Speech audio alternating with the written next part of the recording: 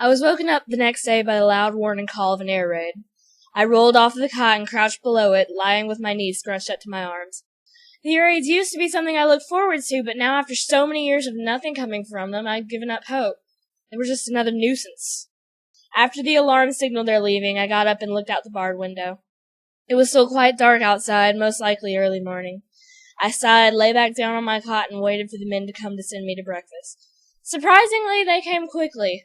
I was shoved out of the cell and down the hallway with others into the hall where we ate. I received my small bowl of brown gunk and walked over to sit by myself in the corner. The pain was back again. It came in spasms, varying from day to day. Some days it was just a dull throb or even non-existent. Other days it was so bad I didn't even want to see or speak to anyone. Today was one of those days. I sat there on the floor, huddled alone, and lost myself in my thoughts. I wondered how Ty was holding up. I wondered when I would get out of this hellhole. I wondered if the war would ever end.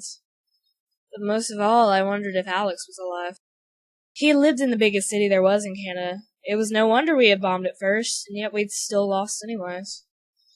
Irony was such a painful word. It never seemed to bear good news, and this type was the worst. The one thing I cared about in the country was probably destroyed first. It seemed life wanted to laugh at me and keep me alive so it could keep laughing. I stayed there until a soldier forced me to stand up and sent me with a group of others to the working section of the camp. There we worked in assembly lines to assemble military equipment and other things. You would think they would never trust us to assemble their crap.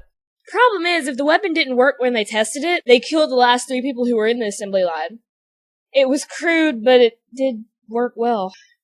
I stood there, hunched over the conveyor belt as all the items went by. My job was to screw in the bolts. It was not a difficult job, but I always worried I might not screw something in tight enough and 3 people's deaths would be on my head. The inspector was going around again as well. That was never a good sign. The last time he came, most of the workers got lashes, and he seemed to enjoy our pain. Sick bastard. I heard yells of agony from down the line, and I knew today wasn't going to be a good day. More people were crying out than usual. I didn't dare look up. I couldn't give him an excuse to whip me. Because I would not look up, I never saw him, but I heard his breathing behind me. I was starting to get nervous, and I trembled inside. But oddly enough, he passed me by.